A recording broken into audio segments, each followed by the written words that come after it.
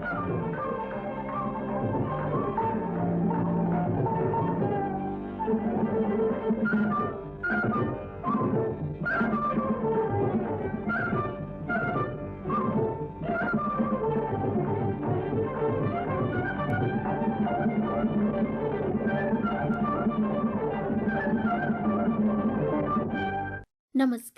स्वागत आपण मानंकु नारी महल परिसर को। बगीचा कथा कहले मनरे भासी उठी जाति जातिका फूल भरा गोटे खोला स्थान जहाको देखिले मन प्रफुल्लित हो जाए। तेबे सहर रे निजर खुशी पई अनेक लोक निज छात उपरे किंबा घर सामने रे थिबा अल्प जगह को बगीचार रूप देबा पई चेष्टा करूछंती। वर्तमान समय रे सेमने जे खाली फूल गछ लगाउछंती ता नुहे, विभिन्न प्रकारर पनिपरिबा गछ मध्य लगेई सेथिरु पनिपरिबा तोली बेस आनंद और आत्मसंतोष लाभ करूछंती। कहबाको गले आजिर समय रे बहु लोकंकर विशेष करी महिला मानंकर एही छात उपरे बगीचा हबी बा रुचि रे परिणत हेछि। काहेकि ना सकाळु सकाळु उठी ताजा तटका परिबा तोली घर लोकंक पई खाइबा तैयारी करिबारे जो खुशी मिले ताहा अनुभवी ही जाने। तेबे आउ केतेकंक कहबा कथा जे एहा द्वारा उभय मन और शरीर सुस्थ मध्य रहे। तेबे छात उपरे बगीचा करबाको हेले एथिपई केमिति प्रस्तुति करबा दरकार आउ को दिग प्रति ध्यान रखिबा दरकार, एमिति आउ किछि कथा आसंतु जानिबा। हमर आजिर आलोचनार विषय रहिछि छात उपरे बगीचा। आलोचना करिसेंती दिव्य निवेदिता प्रधान। प्रथमे तांको हमर कार्यक्रम को स्वागत करिबा। आज्ञा नमस्कार। नमस्कार।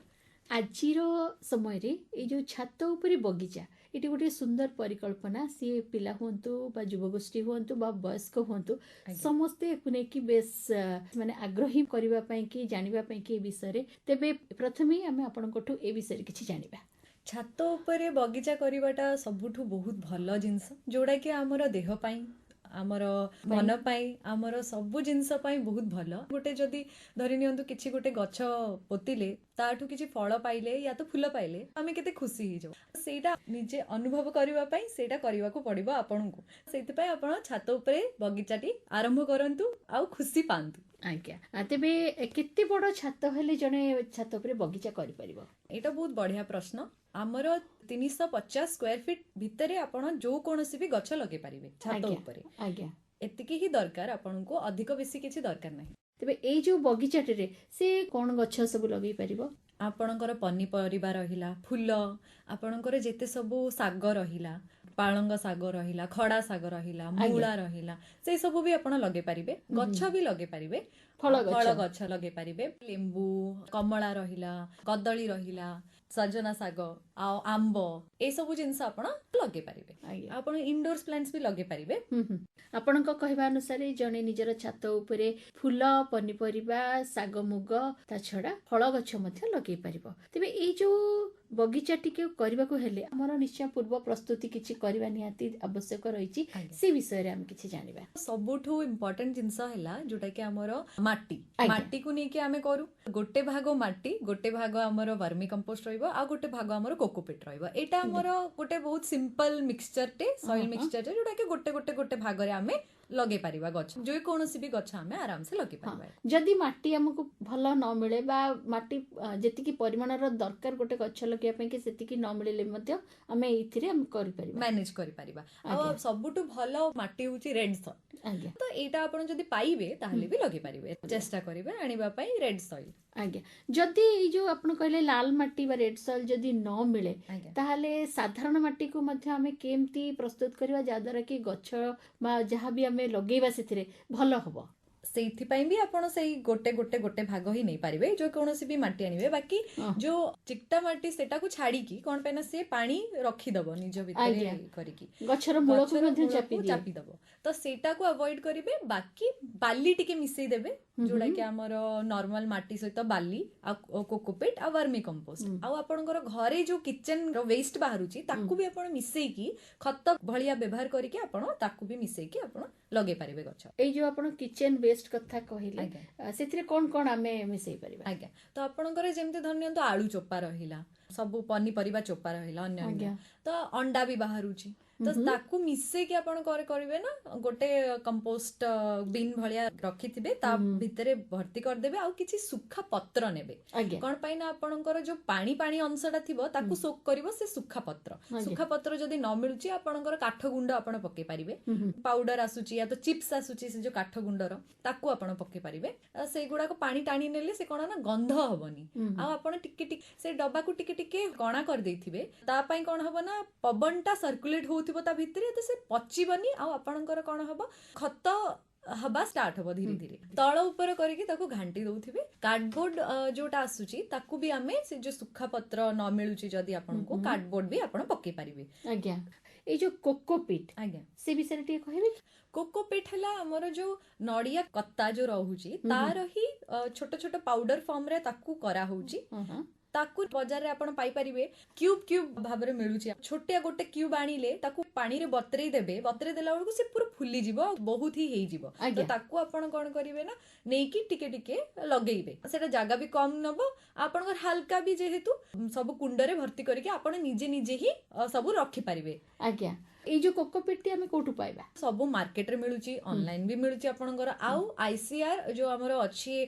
सेंट्रल हॉर्टिकल्चर एक्सपेरिमेंटल स्टेशन सेठी भी आपण जाय कि नै पारिबे आज्ञा आ गुटे कथा आपण कहले वर्मी कंपोस्ट एठी कोन एठी को हमें केमती पाइबा जिया खत कुहंती याकू तो सेटा हमर से मार्केट रे भी मिली पारिबो आपनकर आ ऑनलाइन भी मिलुची सेमती से जो चेस रे मु जो कहिली पूर्वरो कि सेंट्रल हॉर्टिकल्चर एक्सपेरिमेंटल स्टेशन सेठी भी मिलुची आपण जाय कि नै पारिबे आज्ञा गछ लगेबा पूर्वरो माटी केमती प्रस्तुत करबा से संपर्क रे आपण तो बहुत सुंदर भाबरे बुझे कि कहि देले तेबे छात उपरे बगीचा कले छात उपरे तो चाप पड़िबार संभावना रही एवं छात खराब होबार मध्य संभावना रही तेबे एई समस्या को समाधान हमें केमती करबा एटा बहुत ही बढ़िया प्रश्नटी आपणकर जो माने गछ प्रिय गछ लगेबा को बहुत चाहंती तांकर ए जिंसटा मेनली थाए क्वेश्चन कि हमरो केमती कले हमरो छात खराब हबनी तो ताकू आमे कोन करिया ना वाटर प्रूफिंग टिके दबा जोथरे के पानीटा लीक हबनी तळकू आउ गोटे सबुटु भलो जिंस हैला कि हमरो माटी जगह रे कोकोपीटटा व्यवहार करबा आ बहुत जनकर एटा रहउची कि नाइ माटी न लगेइले हम गछडा भलो अमल दबनी कि भलो बढ़िबनी फूल दबनी एंदी किछि नुहै कोकोपीट आनी कि एक्सपेरिमेंट भाबरे भी आपण थरे करिकि देखंतु तापरे जानि परिबे कि माटी सब्स्टिट्यूशन रे भी बहुत भलो काम दउची ताको कोन करिवे ना आनी कि वर्मी कंपोस्ट सहित मिसेई कि आउ आपणकर जो खत बनैथिबे निजे ताकू भी मिसेई देबे गोटे परलाइट आसुची आउ हला किछि वर्मिकुलाइट आसुची ताकू भी मिसेई कि आपण एटा गोटे मिक्सचर करिवे आउ किछिटा हला आपणकर जो धानर कुंडा को भी मिसेई कि आपण सेटा प्रस्तुत करि परिबे तो ताकू आपण आराम से गछ लगे परिबे जोटरे के ओजन भी कमी जीव आपणकर जोटा कि माटी पे बहुत ओजन होतला एटा आपणकर बहुत लाइट थाए एबे बड़ गछ लगेले तो ताकू हलेबा को भी हमको बहुत कष्ट हुई अन्यर सहायता दरकार तो एठी कोन ना आपण निजे ही उठे कि रखि परिबे आपन को किछि भी माने असुविधा होबनी आपन को छात भी किछि खराब भी होबनी आमे जेतेबेले छात उपरे गछ लगु सेतेबेले आमे साधारणतः माटी कुंड ही व्यवहार करथाउ नले सिमेंट कुंड मध्य व्यवहार करिताउ यह मध्य छात उपरे चाप पकेबार संभावना बहुत रही आर किछि विकल्प रही जहा को कि आमे व्यवहार करि परिबे या पई भी रही जोटा कि हमर आसुची ग्रो बैग मार्केट रे बहुत अवेलेबल बाहर भी आपण देखि परिबे जोठी आपण नर्सरी रहउथिबो सेठी आपण ग्रीन ग्रीन कलर रहू बैग देखि परिबे सेटा बहुत हल्का आपण को जदी सेटा भी न किनु पारु छंती ताहाले आपण अखा बैग या तो आपण से जो सीमेंट बैग भी आसुची सेटा भी आपण व्यवहार करि परिबे ताठू बेसी भलो रहउची आपणकर ग्रो बैग कोन पई ना गछ लगले चेरटा गुडा जो बांधी की रुहे से बांधी की रहिबनी से बैग टा एमिति डिजाइन करा हिची तो सेति पई आपणकर चेर गुडाक बहुत खोली खोली आगु को बढ़ी चलिबो आपणकर गछ भी बहुत भलो से बढ़िबो आउ गोटे जिंस रहउची आपणकर जदी कम जगह अछि अति कम जगह जो मानकर अछि से माने हला वर्टिकल गार्डन भी କରିପାରିବେ। ସେ ଭର୍ଟିକାଲ ଗାର୍ଡେନ ହେଲା ଗୋଟେ ଷ୍ଟାଣ୍ଡ ଆସୁଛି ଏମିତି ମାର୍କେଟରେ, ଯୋଉଥିରେ ଆପଣଙ୍କର ଛୋଟ ଛୋଟ ଛୋଟ କୁଣ୍ଡ ଲାଗିକି ରହୁଛି, ସେଥିରେ ପାଣି ଚ୍ୟାନେଲ ବି ରହୁଛି, ଆପଣଙ୍କୁ ଅସୁବିଧା ହବନି, ପାଣିର ବି ଚିନ୍ତା କରିବା ପାଇଁ ବି ପଡିବନି। ସବୁ ଗଛ ଲଗେଇ ପାରିବେ, ଫୁଲ ଗଛ ଲଗେଇ ପାରିବେ, ଆଉ ଆପଣଙ୍କର ସେ ଯୋଉ ଲିଫି ଭେଜିଟେବଲ ସେଇଟା ଲଗେଇ ପାରିବେ, ମାନେ ଯେମିତି କି ଆମର ଧନିଆ, ଧନିଆ, ପୁଦିନା। ପୁଦିନା, ଶାଗ, ଆଜ୍ଞା। ଏଇ ସବୁ ଲଗେଇ ପାରିବେ ଆପଣ। ଆଜ୍ଞା। ତ ସେଇଟା ଗୋଟେ ବହୁତ ଭଲ ଅପସନ ରହୁଛି। ଯଦି ଆପଣ ସେଇଟା ନ କିଣନ୍ତି, ଆପଣଙ୍କୁ ଯଦି ଲାଗୁଛି କି ନାଇଁ ଏଇଟା ଅଧିକ ପଡିଯାଉଛି, ତା ପାଇଁ ହେଲା ଆପଣ ଗୋଟେ ନିଜେ କାନ୍ଥରେ କିଛିଟା ଲୁହା ରଡ୍ ଲଗେଇବେ, ଯୋଉଥିରେ କି ଆପଣ କୁଣ୍ଡ ଆଣିକି ତାକୁ ଝୁଲେଇ ପାରିବେ। ତେବେ ସବୁଠୁ ବଡ଼ କଥା ହେଉଛି ଗଛ ପାଇଁ ପାଣିର ଆବଶ୍ୟକତା ତ ବହୁତ ରହିଛି। ଅନେକ ସମୟରେ ପାଣିର ସୁବିଧା ହୁଏନି, ଠିକ୍ ଟାଇମ୍ରେ ପାଣି ଗଛକୁ ମିଳିପାରେ ନାହିଁ। ତେଣୁ ସେଇ ଯେଉଁ ସମସ୍ୟାଟି ରହିଛି ତାକୁ ଦୂର କରିବା ପାଇଁ ହେଲେ ଆମକୁ କ'ଣ ପଦକ୍ଷେପ ନେବା ଦରକାର? ଏଇଟା ସମସ୍ତଙ୍କର ସମସ୍ୟା କି ଆମର ପାଣି କେମିତି ଆମେ କମ୍ କମ୍ ଖର୍ଚ୍ଚ। ଖର୍ଚ୍ଚ ହବ। ଆଜ୍ଞା। ତ ୟାକୁ ଆମେ ନେଇକି ଯୋଉ ଆମର ମାର୍କେଟରେ ଆସୁଛି ଡ୍ରିପ୍ ଇରିଗେସନ, ତାକୁ ନେଇକି ଆମେ କରିପାରିବା। ମାର୍କେଟରେ ସେଟା ମିଳୁଛି, ଆପଣଙ୍କ ନର୍ସରୀରେ ବି ଯାଇକି ଆପଣ ନେଇପାରିବେ। ପାଇପରେ କଣା ଟାଇପ ର ଥିବ, ଯୋଉଥିରେ କି ଆପଣଙ୍କର ଟିକେ ଟିକେ ଟିକେ ପାଣି ଚାଲୁଥିବ, ଆଉ ଆପଣଙ୍କୁ ଦରକାର ବି ପଡିବନି ଅଧିକ ମାତ୍ରାରେ ପାଣି। ତ ସେଇଟା ଗୋଟେ କରିପାରିବେ। ଆଉ ଗୋଟେ ଦେଶୀ ଯୁଗାଡ ହେଲା, ଆପଣଙ୍କୁ କ'ଣ କରିବେ ନା, ପାଣି ବୋଟଲ ଯୋଉ ଆପଣ ବ୍ୟବହାର କରୁଛନ୍ତି, ପ୍ଲାଷ୍ଟିକ ପାଣି ବୋଟଲ, ତାକୁ କ'ଣ କରିବେ ନା ତଳ ଆଡୁ କାଟିଦେବେ, ଆଉ ଯୋଉ କ୍ୟାପ୍ ଅଛି ସେ କ୍ୟାପ୍ ଟାକୁ ଲଗେଇକି ରଖିଥିବେ, ତା ଭିତରେ ଟିକେ ଛୋଟିଆ କଣାଟେ କରିଦେବେ, ଆଉ ତାକୁ ମାଟି ଭିତରେ ଏମିତି ପୋତି ଦେବେ, ଆଉ ପାଣିଟା ଦେଇକି ଛାଡି ଦେଇଥିବେ। ତ ସେ ଧୀରେ ଧୀରେ ଧୀରେ ଧୀରେ ସେ ମାଟି ଉପରେ ପାଣି ଯାଉଥିବ, ଆଉ ଆପଣଙ୍କୁ ଚିନ୍ତା ବି ନଥିବ କି ମୋ ଗଛଟା ମରିଯିବ କି ନାହିଁ। ଆଚ୍ଛା, ଆମେ ଯେଉଁ ଫୁଲ ଗଛ ଲଗାଉଛୁ, ଫଳ ଗଛ ଲଗାଉଛୁ ବା ପନିପରିବା ଲଗାଉଛୁ, ଏଇସବୁ ପାଇଁ କି କ'ଣ ଭିନ୍ନ ଭିନ୍ନ ଭାବରେ ମାଟି ପ୍ରସ୍ତୁତ କରିବାର ଆବଶ୍ୟକତା ରହିଛି?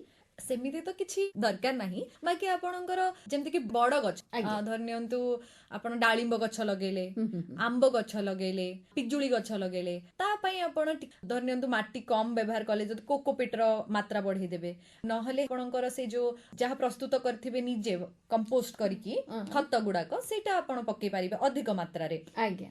ତ ସେମିତି ଟିକେ ଟିକେ ମାତ୍ରା ବଢେଇ ଦେବେ, ବାକି ଆଉ କିଛି ଏମିତି ବିଶେଷ କିଛି ଚେଞ୍ଜ କରିବା ଦରକାର ପଡିବନି।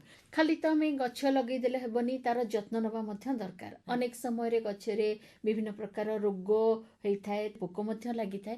ତେବେ ଏଇ ଯୋଉ ରୋଗ ପୋକକୁ ଦମନ କରିବା ପାଇଁ କି ବା ଏଇ ଯୋଉ ସମସ୍ୟାଟି ହୁଏ ତାକୁ ଦୂର କରିବା ପାଇଁ କି ଆମେ କ'ଣ କରିବା? ଆମେ ରାସାୟନିକ ଜିନିଷ ନ ବ୍ୟବହାର କରିକି ବଜାରରେ ମିଳୁଥିବା ନିମ୍ ଅଏଲ, ଯୋଉଟା କି ଆପଣ ସ୍ପ୍ରେ କରିପାରିବେ, 1 ଲିଟର ପାଣିରେ 5 ml ନିମ୍ ଅଏଲ ମିଶେଇକି ଆପଣ ସ୍ପ୍ରେ କରିପାରିବେ, ନହେଲେ ତ ଆପଣ ମୂଳରେ ଦେଇପାରିବେ ତାକୁ। ତ କିଛି ଅସୁବିଧା ହବନି, ସେଇ ଯାହା ବି ରୋଗ ପୋକ ଥିବ ଆପଣଙ୍କର ସେଇଟା ଶେଷ ହେଇଯିବ।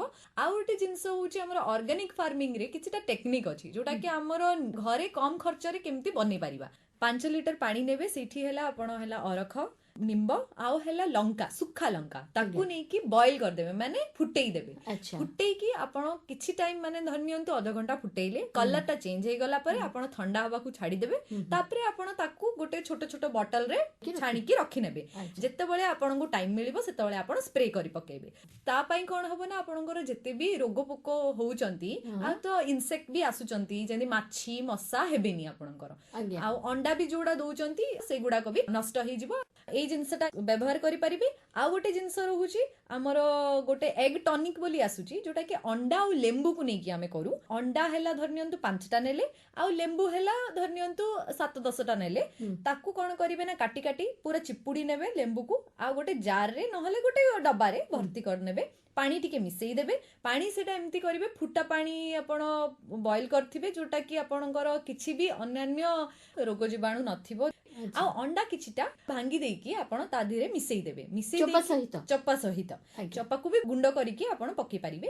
ତାକୁ ଆପଣ କ'ଣ କରିବେ ନା, ଜାରଟାକୁ ବନ୍ଦ କରିଦେବେ, କି ବଟଲର କ୍ୟାପକୁ ଦେଇଦେବେ, ଦେଇକି ତାକୁ 1 ସପ୍ତାହ ଯାଏଁ ଛାଡିଦେବେ। ଛାଡିଦେଲା ପରେ ସେ କ'ଣ ହବ ନା, ଫର୍ମେଣ୍ଟ ହେଇଯିବ। ହେଇସାରିଲା ପରେ କ'ଣ କରିବେ ନା, ସେ ପାଣିଟାକୁ ଢାଳିକି ଆପଣ ପକେଇ ପାରିବେ। ତ ସେଥିରେ କ'ଣ ହବ, ଗଛ ମୂଳରେ ଆପଣ ଦେଇପାରିବେ। ଦେଲେ କ'ଣ ହବ ନା, ଆପଣଙ୍କର ଗଛ ବହୁତ ବହୁତ ସୁନ୍ଦର ଭାବରେ ଫଳ ଆଉ ଫୁଲ ଦେବ, ଯୋଉଥିପାଇଁ କି ଆପଣ ଦେଖିପାରିବେ, ଡିଫରେନ୍ସ ଫିଲ୍ କରିପାରିବେ କି ଆପଣଙ୍କର ଏଇ ଜିନିଷଟା ଦେଇ ସାରିଲା ପରେ କେତେ ଆସୁଛି ଆପଣଙ୍କର ଫଳ ଆଉ ଫୁଲ, ଆଉ ତା ପୂର୍ବରୁ କେତେ ଆସୁଥିଲା। ଆଜ୍ଞା। ଆଉ ଗୋଟିଏ କଥା ଆମେ ଲକ୍ଷ୍ୟ କରିଛୁ, ଅନେକ ସମୟରେ ଆମେ ଗଛ ଲଗେଇ ଦଉ, ତାର ଆମେ ଯତ୍ନ ନେଉ, କିନ୍ତୁ ଆମେ ଯେଉଁ ଆଶା କରିଥାଉ ସେଇ ଅନୁରୂପ ଫଳ ମିଳେନି ବା ଫଳ ମୋଟରୁ ଧରେ ବି ନାହିଁ। ତେବେ ୟାର ବି କିଛି ଉପାୟ ରହିଛି କି ୟାକୁ ଦୂର କରିବା ପାଇଁ? ଆଜ୍ଞା, ଯୋଉ ଗଛରେ ଫଳ ୟା ଫୁଲ ହଉନଥାଏ ତ ତାର କିଛି ନା କିଛି ଗୋଟେ ଏମିତି କିଛି ଜିନିଷ ଥିବ ଯୋଉଥିପାଇଁ କି ହଉନି, ଆମେ ଜାଣିପାରୁନି। ତ ପ୍ରଥମତଃ ଦେଖିବା କି ଆମେ ଯୋଉ ସଏଲ ମିକ୍ସଚରଟା ନେଇଛୁ ସେଟା ଭଲ ଭାବରେ ଆମେ ପ୍ରସ୍ତୁତ କରିଛୁ ନା ନାଇଁ, ଆଜ୍ଞା ତା ପାଇଁ ହେଲା ସେ ଭଲସେ ବଢି ପାରୁଛି ନା ନାଇଁ। ଆଜ୍ଞା। ଯଦି ସେଇଟା ଠିକ ଅଛି ତାହେଲେ ରୋଗ ଆଉ ପୋକ ଭିତରେ କିଛି ନା କିଛି ଗୋଟେ ଅସୁବିଧା ଥିବ ଯୋଉଥିପାଇଁ କି ସେ ଗଛଟା ଭଲସେ ବଢି ପାରୁନି। ତ ସେଇଟା ଆମେ ଭଲସେ ଯାଞ୍ଚ କରିକି ଦେଖିବା, ଜାଣିବା, ତାପରେ ସେ ଜିନିଷର ସମାଧାନ କରିବା ପାଇଁ ଆପଣ କିଛି ବି ଆଣିକି ପକେଇ ପାରିବେ। ଯେମିତି କେବେ ମାଟିର ମିକ୍ସଚର ଯଦି ଆପଣଙ୍କର ଭୁଲ ଅଛି କି କଣ ଆଉ ଟିକେ ମିଶେଇବାର ଅଛି ତ ଆପଣ ସେଇଟା ପକେଇ ପାରିବେ, କିମ୍ବା ଆପଣଙ୍କ ରୋଗ ପୋକ ଲାଗିଛି ତ ତା ପାଇଁ ଆପଣ କଣ ପକେଇଲେ ସେ ଗଛଟା ଭଲସେ ବଢି ପାରିବ ସେଇଟା ବି ଆପଣ ଦେଖିପାରିବେ। ଆଜ୍ଞା। ଆଉ ଗୋଟିଏ କଥା ଆମେ ଶୁଣିଥାଉ ପଲିନେସନର, ସେଇଠି କେତେ ଗୁରୁତ୍ୱପୂର୍ଣ୍ଣ ଏବଂ ତାକୁ ଆମେ କେମିତି କରିବା?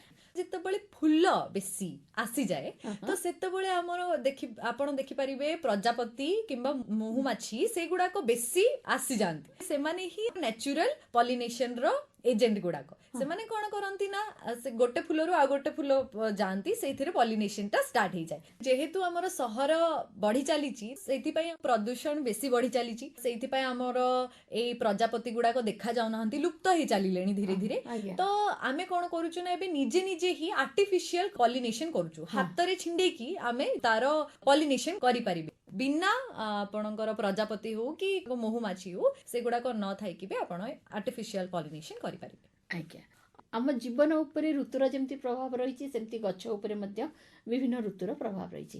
ତେବେ ଏଇ ଋତୁ ଅନୁଯାୟୀ ଆମେ ଗଛର କେମିତି ଯତ୍ନ ନେବା? ଶୀତ, ଖରା ଆଉ ବର୍ଷା ଏଇ ତିନିଟା ଋତୁ ବିଶେଷ କରିକି ଆମର ରହୁଛି। ତ ଗଛ ମାନଙ୍କ ପାଇଁ ବି ଏଇଗୁଡାକ ବହୁତ ହି ମୂଲ୍ୟବାନ।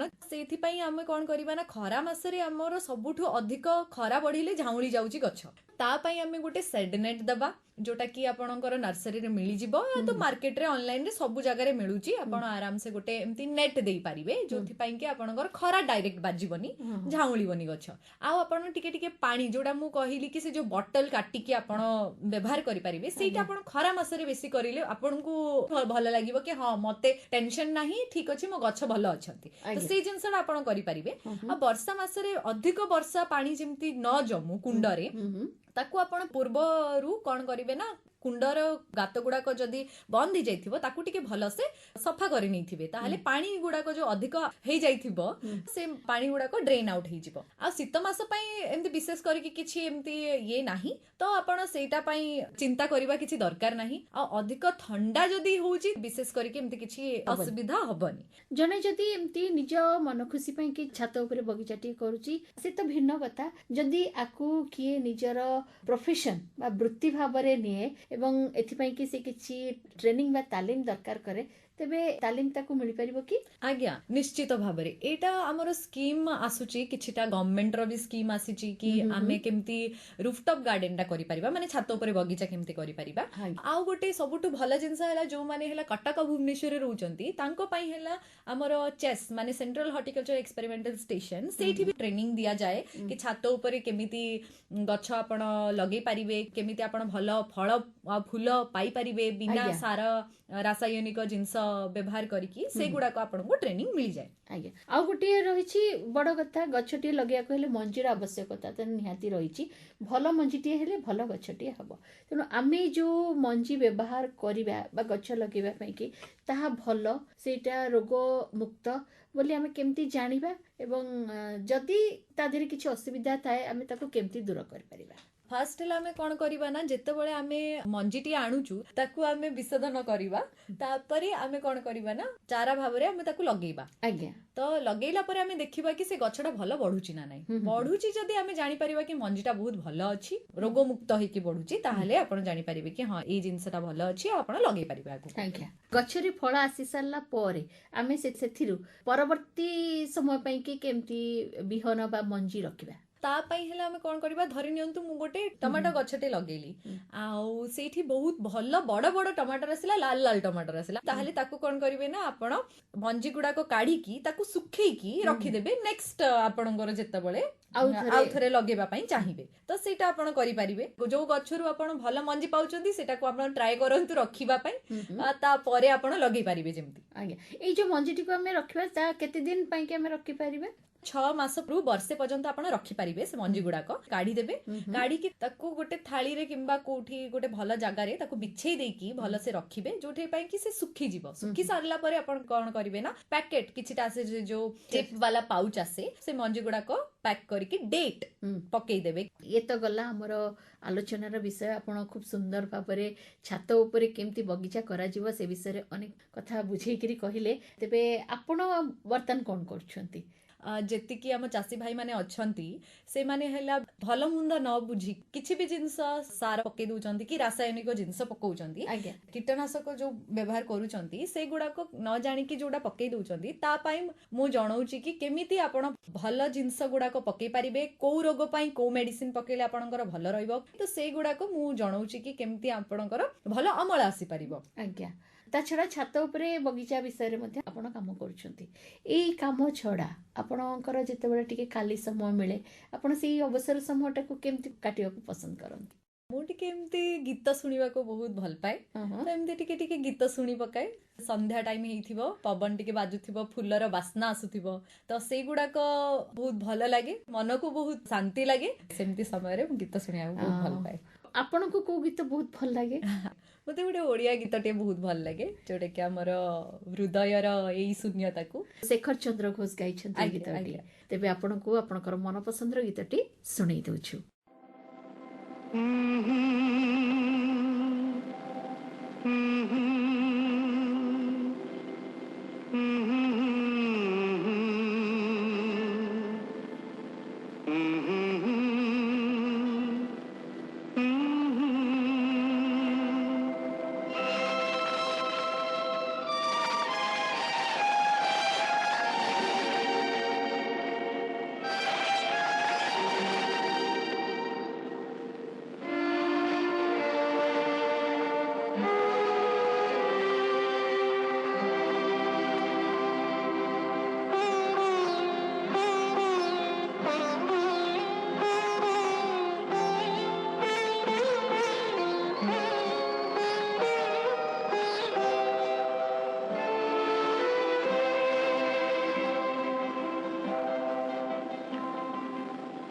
ହୃଦୟର ଏ ଶୂନ୍ୟତାକୁ ଆଜି ପଚାରି ମୁଁ ଯେବେ ଶୁଣେ, ପ୍ରତାରଣା କିଏ କାହାକୁ ଦେଇଛି, ପ୍ରତିଧ୍ୱନି କହେ ତୁମେ ତୁମେ ତୁମେ।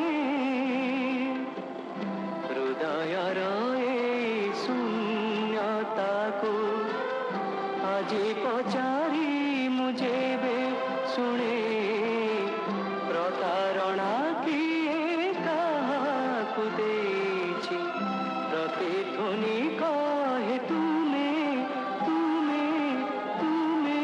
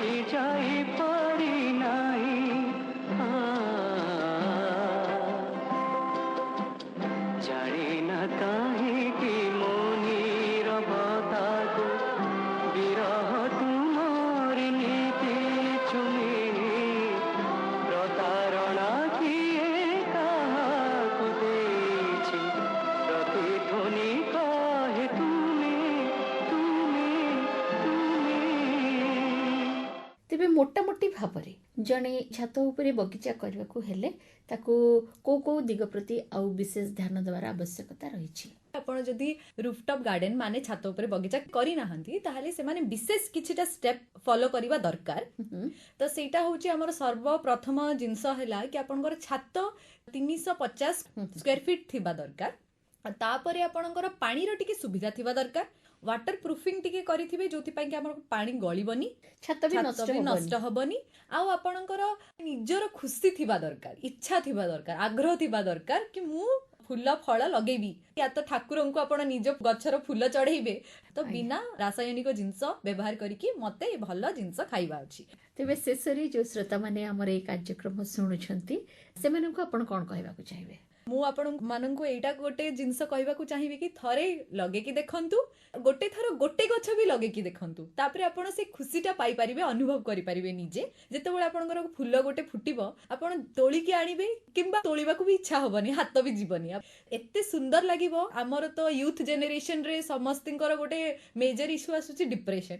ସେଇ ଜିନିଷ ବି ଆପଣ ଆରାମସେ ଧୀରେ ଧୀରେ ଦୂର କରିପାରିବେ। ଛାତ ଉପରେ ବଗିଚା କରିକି ଦେଖନ୍ତୁ, ସତରେ ବହୁତ ଭଲ ଲାଗିବ। ଯେମିତି ଚଢେଇ ହେଲା, ଚଢେଇଟେ ଆସିକି ବସିବ, ଫୁଲ ଉପରେ ଯୋଉ ପ୍ରଜାପତି ଗୁଡାକ ଆସିବେ ତ ସେଇଗୁଡାକ ବି ଆପଣଙ୍କୁ ଦେଖିକି ବହୁତ ସନ୍ତୁଷ୍ଟ ଲାଗିବ।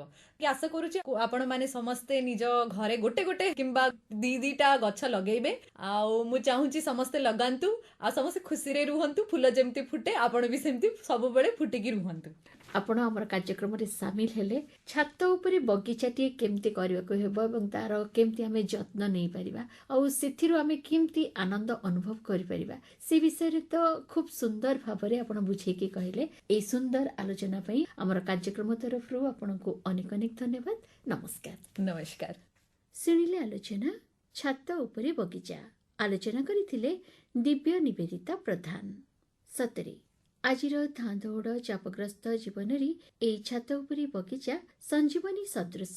ଏହାଦ୍ୱାରା ଯେ ଜଣେ ତାର ନୀତିଦିନିଆ ପନିପରିବାର ଚାହିଦା ପୂରଣ କରିବାରେ ସକ୍ଷମ ହୋଇପାରିଥାଏ ତା ନୁହେଁ, ଏହା ଶରୀର ଏବଂ ମନ ଉପରେ ସକାରାତ୍ମକ ପ୍ରଭାବ ପକାଇଥାଏ।